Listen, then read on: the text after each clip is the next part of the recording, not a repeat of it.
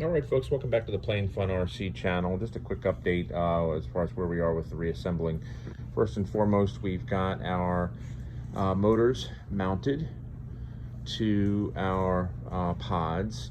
The only thing I did is I used some light gray ultra coat covering just to cover up the plywood firewall. So we've got those in place, and now we're working on the tail wheel. So if you look at the pond racer from the side, the original full size actually had the tail wheel incorporated into this actual curvature here, and the tail wheel would have sat here.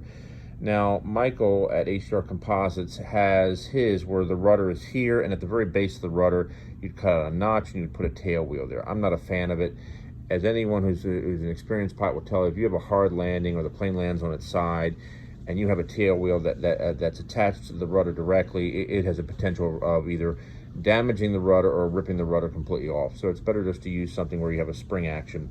So the difficulty though is that there's not a lot of space on this flat area here. Many other aircraft, such as, let me give you a good example here. Here's that Hangar 9 46% Ultimate. Let me see if I can zoom in here. You can see you've got you can see you've got a very large flat area to attach the tail wheel. But you don't have that with the pond racer. So the difficulty was finding a tail wheel that would fit the length and also the width as well. It's not very wide. And I lucked out. Seacraft makes a tail wheel. They actually make two tail wheels. One for a 35% and one for 40%. They're both really well engineered. This particular one here, you can get it in 3 different colors: black, blue, and sort of a red. Titanium, by the way. It is titanium. Very well made. Very well made. No complaints here whatsoever. And it does come with the hardware kit. As you can see, the springs. These are little washers that the screws go onto the screws that are holding the tail wheel in place.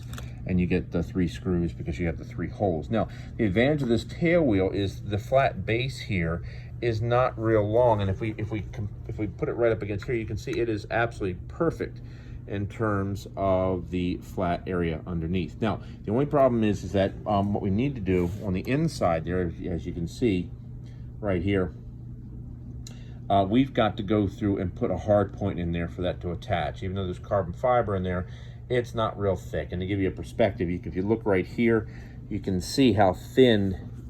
Let me raise this up a little bit. You can see how thin it is, very thin. So that would be ripped out on a hard landing. So we're just going to go ahead and go with some, I've got some 1/4-inch ply here.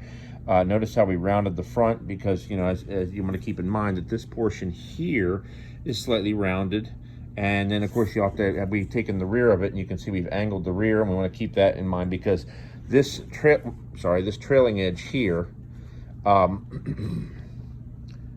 as you can see, is angled. Okay, if you look at it that way. So you want to just keep that in mind so it sort of matches the angles as best it can. And all we're going to do is just go through. We're going to put in some probably just some 30-minute or even 5 or about a minute epoxy, and then we're just going to take this piece, slide it in, drop it in, and then let that sit there and fully dry. Okay, now you just got to be careful. I mean, you have your hinges going in the slots here. This should not affect the hinges in any way, shape, or form.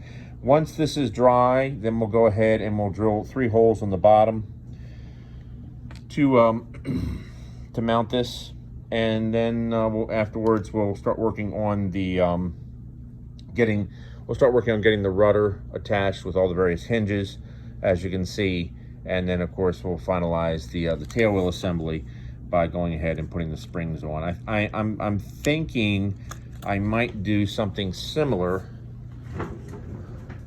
to what you see here on the 46% Ultimate. Or maybe let me see if I can zoom in a little bit better. There we go, that's better. So that'll give you a rough idea with how the springs are attached. Anyway, all right, so more to come. Hi folks, welcome back to the Plain Fun RC channel as we continue our update here with regards to the installation of the tail wheel. And you can see we've got our 1/4-inch ply installed inside the rudder at the base of the horizontal stabilizer, excuse me. You can see the epoxy there. So it gives you an idea how it's installed. So anyway, we're just going to wait for that to finish drying, and then we'll go ahead and then we'll get our tail wheel bracket installed. All right, more to come. All right, folks, as we continue our update here, let's go ahead and talk about what we're doing so far. So we've got our first screw in for our tail wheel. What we did is, if you look at the oval shaped cutouts that are here, I tried to find what would be the bottommost point of the oval cutout, which acts as a center, and you can see there's a little bit of a bend here in the actual tail wheel. So I use that as sort of a center line, if you will, and that's very close to being center. And then I just used some good old blue tape to hold it in place after drawing a center line here. And then we've gone ahead, we've drilled our first screw, and it's standard wood screws, as you can see here. Just a standard wood screw that we're using.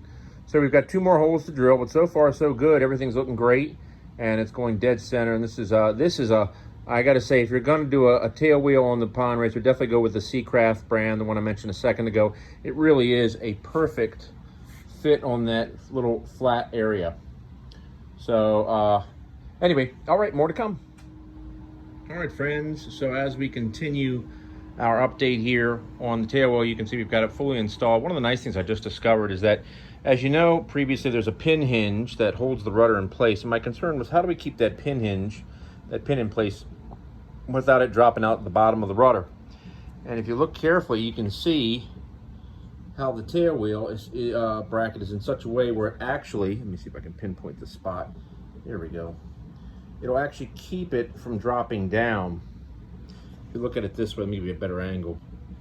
So it'll work out perfect, because this is the area right here. There we go, where we want to cover up. So it works out perfect. I do have to take the tail wheel off so we can go ahead and get the rudder installed, and then we can put it back on. But the tail wheel is done, it's in place, and it lines up just absolutely perfect. Couldn't ask for anything better, as you can see, as we look at the tail wheel in relation to the rest of the aircraft. Lines up nicely. All right, that's it for the tail wheel. More to come.